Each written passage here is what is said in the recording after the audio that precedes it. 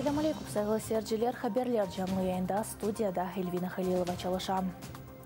Майысының онына қадар эв незареті қонышма сыңырламасы вияз бардан чықмаға ясақ. Бойле қарарны Амет Сулейманов үшін ишғалжы махкеме чықарды. Аға қардаш Осман Ситумеровларны махкеме майысының онына қадар апысте қалдырды. Қатырлатам Туневін Қырымда кечкен түнтувлерден сон ишғалжылер дорт Қырым татары Рустам Сейтмеметов, Амет Сулейманов, Осман Ситумеров и Ситумеровны тевқыф еттілер.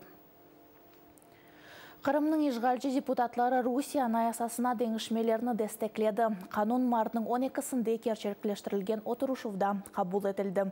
Деп хабер ете сөзде Қырым парламентінің матбуат қызметі.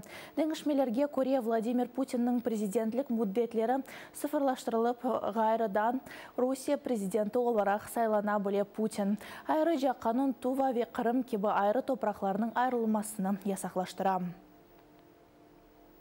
Наша позиция прозрачна, ясна, мы за, мы поддерживаем и призываем крымчан также прийти и поддержать поправки к Конституции на референдуме. Мы, крымчане, сделаны из особого материала, мы легкие на подъем и несгибаемые, как титан. Бұл қанун қабыл етілгенінен бізде яны анаяса, яны саяси система олacak демек мүмкін. Истесенес атта яны Русияда, деді ишғаджы Қырым парламентінің спикері Владимир Константинов. О весиханы рей берілген сон бірден имзалады. Владимир Владимирович – это стержень сегодня Российской Федерации. И я уверен, что крымчане в подавляющем большинстве поддержали бы и предложили бы, чтобы наш президент оставался дальше руководить страной. Федераль топлашуына ось білдірмесі вақтында анаясаға дінішмелер керсетілуіні Русия президенті Владимир Путин башлатты. Дінішмелер Путинның иверки президент будетлерінің лағу өтілмесіні ве топрақларының шу жүмледен Қырым истемлякының ясақ тілмесіні көзде тұтта. Сөз көрелі адалары ве Қырым ақында кете. Devlet Dumasında rey beruvden son гражданлық cemiyeti ve açık Rusiya temsilcileri Mardin 21 ve 22'sinde mitingler geçirmek için ariza berdiler. Bundan birkaç saat sonra Moskva şehir başı April'in 10'una kadar şehirde 5000'den ziyade adam iştirakının kutlevi tedbirlerinin geçirilmesi yasak ettirgeni hakkında ferman imzaladı. Sebep koronavirüs olgan. Moskvada Vladimir Knyaz'ın abidesi yanında 2 günden beri akşamları Vladimir Putin tarafından hükümetinin zorlap aluvuna karşı fikirler geçirildi. В моей стране восстанавливалось самовластие в самых худших вариантах. Бессмысленных, тупых, которые губят нашу страну. Несомненно, все получится. Женя, будьте добры, вас факты. Прокомментируйте, пожалуйста, почему вы сегодня вышли к памятнику князя Владимира? Ну, потому что я против того беспредела, который происходит. То, что вчера было в Думе. Я не хочу, чтобы 12 лет жить с этим президентом. Свободу всем нам. А вы разве сейчас не свободны? Я считаю, что нет. Пока в стране есть политзаключенные, мы все не свободны. Мы каждый можем стать следующим. Украина сыңыр қызметі қапатылажақ олған контроль ноқталарының жедвеліні назерлер кабинетіне йоллады. Бұки барекетлер коронавирус тарқатылмамасы үшін япыла. Ишғал етілген Қырымнен сыңыр қапатылажақ мыяда йоқ белі дегіл. Сыңыр қызметінің матбуат кетібі Андрей Демченкінің сөзлеріне көре, жедвел үкімет қарарынадан сон нешір етілежектір. Қатырлатам, Туневін Украина баш назиры мемлекетте карантин көрсетілмесі ақында илан етті. О мартның 13-ден апрелдің 3-не қадар девам етежек. Türkiye Президенті Recep Tayyip Erdoğan için termal kamerалы қорума. Türkiye'de koronavirus peyda olğanı tasdiqlanğan son Erdoğan içinde termal kameralar alındı. Президенттің iştiragı ile keçken AK Parti topralışıvına kelgen herkes başta kameradan keçip sıcağını ölçetti. Bu ise ilk yanılıqlarga ameldege keçirilmesidir. Bu virüsten korunmanın ilk şartı temizliktir. Cuma gününden beri tokalaşmayı, kucaklaşmayı kesip uzaktan selamlaşma yöntemine geçerek üzerimize düşenleri yerine getirmenin gayreti içindeyiz. Bir müddet kalabalık yerlerden uzak durmaları gerekiyor. Milletimiz nice saldırıları, dertleri göğüslemeyi başarmıştır. Allah'ın izniyle bunun da üstesinden gelecektir. Украина шарқында арби әрекетлерінің сабық іштіракчылары Вильям Шекспирінің 12-ші геже саналаштырмасыны қойды. Лейха ве Дженктен сон аят аққында Қырымлы ато ветераны мұхберлерімізге айтып берді. Моя історія розкололася на до і після. Зі мною стався Шекспір. Ні, це не позивний, реально Шекспір. І ціла театральна трупа з таких, як я. Реабілітація? Ні. Набагато більше.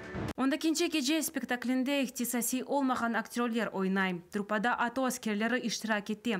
Олардың арасында Кездев шартлы исминен Қырымлы Сергей Викарчук да бар. Ишгален евел Сергей Қырымда яшайды ве иша дамыйды. Міг прийняти кардинальне рішення в кінці серпня і переїхати сюди. Просто одним рухом. Забрав одну валізу, дітей, донечок, і ми переїхали сюди. 2014 август айында Женке кетті. Мотопехота бригадасында 21-ші батальйонда қызмет етті. Дебальцевські бої. Після цього я зрозумів, що я можу тримати зброю в руках, я можу виконувати якісь завдання, і це не проблема. І я переконав мою дружину, дуже переконав, і вона відпустила мене, і таким чином я опинився в секторі М Маріуполя. Женктен қайтқан сон Сергей Чунтедавид театр олды. Постріли постійно вони змінюються тональністю, і це щодня щось трясеться, щось вибухає. От тоді починаєш усвідомлювати. І тоді я захотів жити. От саме тоді мені захотілося жити і змінити свій світ, себе змінити. От, і я почав міняти. Театр – це волонтери і ветерани, неординарні особистості. Хтось воював, хтось волонтерив, але всі дотичні до війни. У кожного своя роль. Спектакльлер башламаздан евел Сергей Эрсифер серджелерге Қырым ақында қатырлатмаға имкендан файдалана. Маю можливість і використовую цю можливість. Я завжди приходжу і кажу глядачу, я прийшов сюди для вас, і щоб вам нагадати про мій дім, що Крим – це Україна. І кожен раз люди по-різному реагують, іноді навіть мені важко стримати сльози, але відчуття якісь, коли я їх бачу, як вони реагують. О, привіт, друже. Як вам? Спогади не залишають мене. Ти пам'ятаєш? Так, пам'ятаю, але справжню дружбу, віру та любов до життя. Це про війну і мир, це про кохання. І в кінці у нас там є такі слова «ні війні, так коханню». От, ми хочемо теж, щоб поле бою замінило нам театр, щоб змінилася взагалі вся ця історія з війною і закінчилася, і наступив такий момент, коли всі ми щось зробимо корисне для суспільства. Милан ве Паристе костерувлер кечірген Қырым татар дизайнері Низеймир Шахның яратқан урбалара қында чоқ тартышмалар олды. Модельерінің ішлеріне фарқлы бақышлар аққында невбетті келевхамызда. Бұл Қырымдатар дизайнчы Низеймир Шахның костерувы. Ось урба коллекциясыны о Парижде костерді. Дизайнчы ось модельерінде мири усып холанғаныны анлатты.